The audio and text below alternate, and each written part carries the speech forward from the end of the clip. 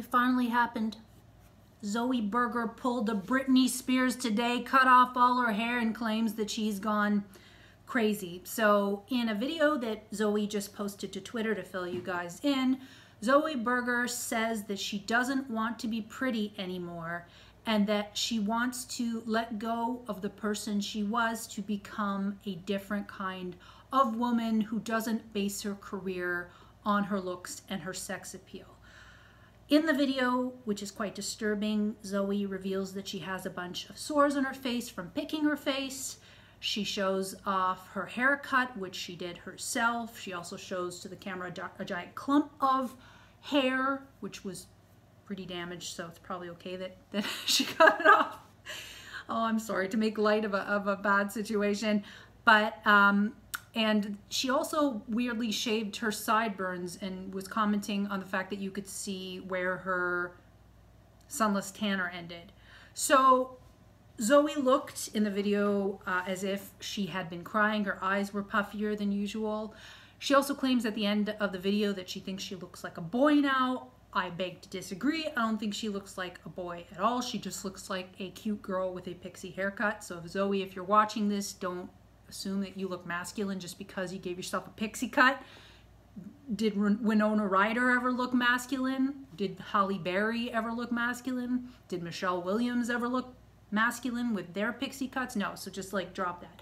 But it is very apparent that you are in an unhappy state, and I think this happens to a lot of YouTubers who have a huge explosion of fame and success, but then naturally 2 years later their success and their high times decline. But that is just the nature of life. I went through a high period in 2015 when I had my Mentos bikini video that went viral, that got 10 million views, and I've never, seen an equivalent success since. And lately, with all the YouTube changes, it's been harder and harder to get seen, get noticed, and get traffic. So the thing is, though, that sets me apart from Zoie, and actually I do make sexy content as a full disclosure.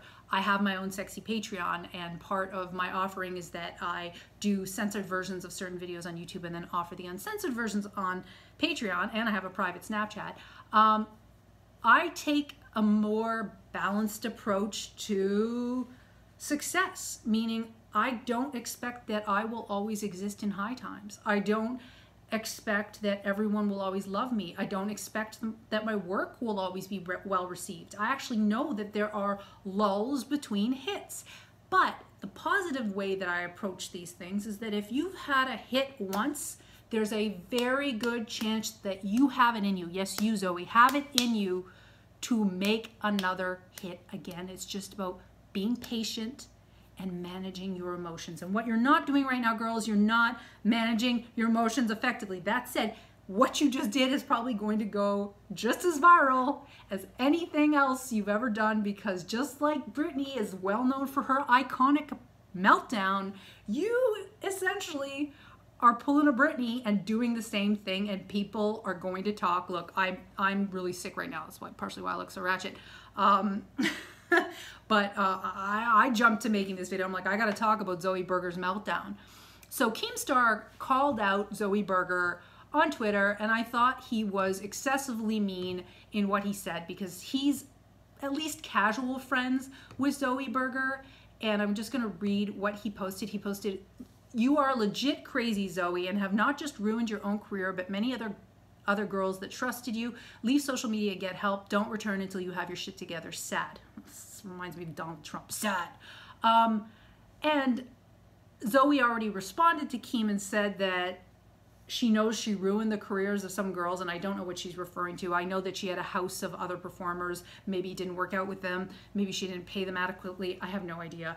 But that she knows she has anxiety and depression and she needs to work on that, and that she wishes Keem would have just told her privately as opposed to calling her out publicly. But this is all part of, like I said before, the game of creating a piece of dramatic content or drama that will likely get more traffic to Zoie and to Keem himself. They could even have agreed upon this exchange prior to it even transpiring, because Keem is like the TMZ of YouTube. So I know that Zoie stands to gain a lot from having a public meltdown, and if people haven't been paying as much attention to her, now they are again. So it's up to her now to seize the opportunity and release the type of content that she wants moving forward, or release the most effective content that's going to meet with her objectives if she's capable of conceptualizing the world in that way. I believe that she's business-minded enough to do that, to know that this is all strategy and it's all just a big game, and she's playing the publicity game right now and the drama game, but maybe she's not. Maybe she's truly lost. Maybe she is mentally very unwell, and in which case she needs to get psychological help. And you know, doesn't mean she has to stop working, but I guess if she's uncomfortable shaking her butt, then just say, I shook my butt between 2015 and 2018 and I ain't shaking my butt no more. And it was like season 1 of Zoie Burgher. Zoie, you can have a season 2. I know that I'm not going to be shaking my butt and boobs on the internet for the rest of my life. I'm not going to be no grandma titties on the internet. But I mean, when it's time for me to move on, I'll just close one chapter and then I can open another, and people will either choose to follow that next chapter or they won't, and I won't be sad either way. So Zoie, stay strong, girl. And again, I don't think it necessarily means that a woman is less attractive just because she cuts her hair, nor does it mean that you're suffering this extreme emotional breakdown just because you cut off your hair. It's ridiculous and quite sexist, the attachment that a lot of people have to women's hair, and the fact that they have that sexist belief that it must be long in order to validate a woman's sanity. That's preposterous. As an artist, you're actually supposed to do interesting things with your appearance, and you should. And also, it's good to defy sexist norms, I think. You do you with your haircut, okay? That's the least of my concerns. I'm more concerned that you get help if you need it. You make content that conforms to your objectives if this is just a publicity drama stunt. And that you know that fame is cyclical. Okay, so I've yammered enough. I don't know. Again, if I look like a fucking piece of shit, it's because I'm going to cut off all my hair. Because maybe I want to be ugly. I'm kidding. That's what Zoie said.